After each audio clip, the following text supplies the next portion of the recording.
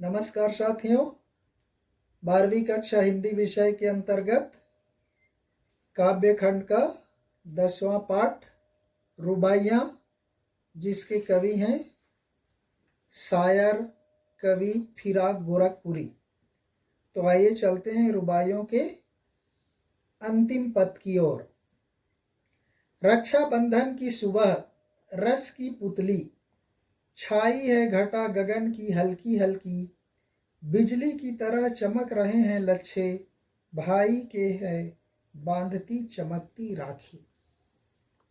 यहाँ पर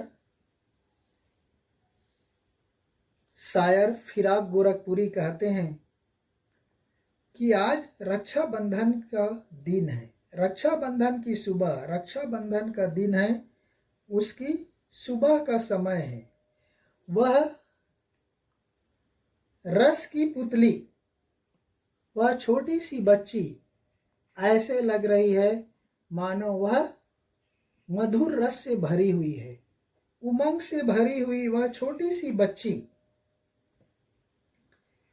अपने भाई को राखी बांधने के लिए क्या करती है। देखिए, छाई है घटा गगन की हल्की हल्की, उस समय आसमान में हल्की हल्की घटा छाई हुई है,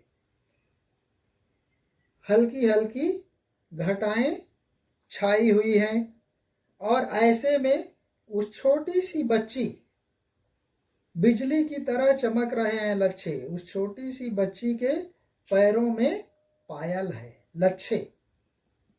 वह लच्छे जो चांदी के हैं, मानो बिजली की तरह चमक रहे हैं। ऊपर आसमान में काली काली घटा छाई हुई है, और नीचे जो सिल्वर होता है, देखना, वह चमकते रहता है।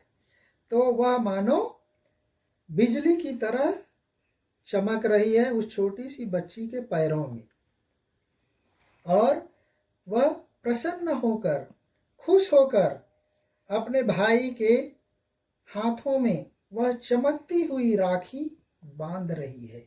भाई के है बांधती चमकती राखी। वह प्रसन्नता के साथ, उमंग के साथ अपने भाई की कलाई पर, भाई के हाथों में राखी बांध रही हैं। तो इस तरह से साथियों, यहाँ पर ये रुबाइयाँ समाप्त होता है। गजल का एक शेर यहाँ पर लिया गया है, तो उसको भी हम पूरा कर देते। गजल, ये गजल उर्दू में शेर बोलते जिसको, जैसे हिंदी में छंद दोहा चौपाई होते, वैसे ये उर्दू का गजल है जिसको शेर कहते हैं। तो यहाँ पर प्रस्तुत है गजल नंबर 1।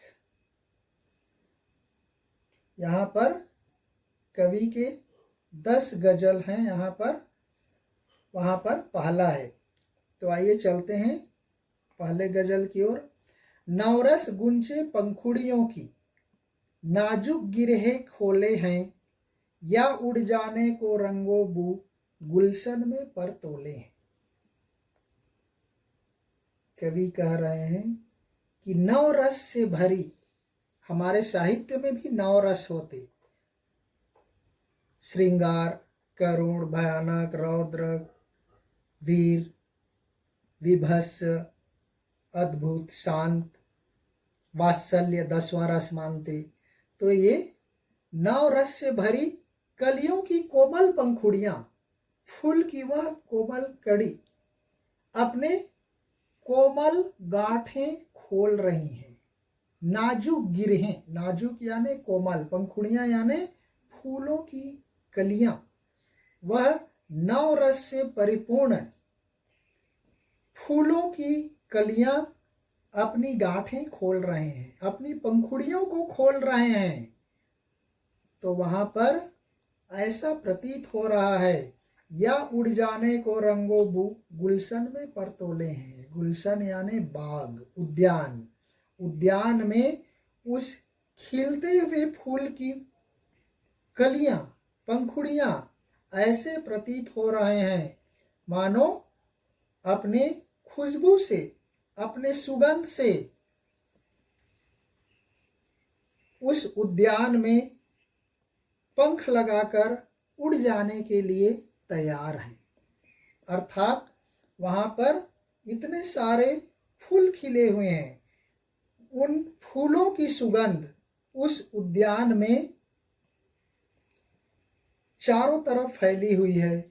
उसके सुगंध, उसके रंग, और वे मानो रंग और सुगंध अपने में पंख लगा कर के, जैसे चिड़ियों के पंख होते वैसे मानो अपने पंख लगा करके उस उद्यान से उड़ जाना चाहते हैं।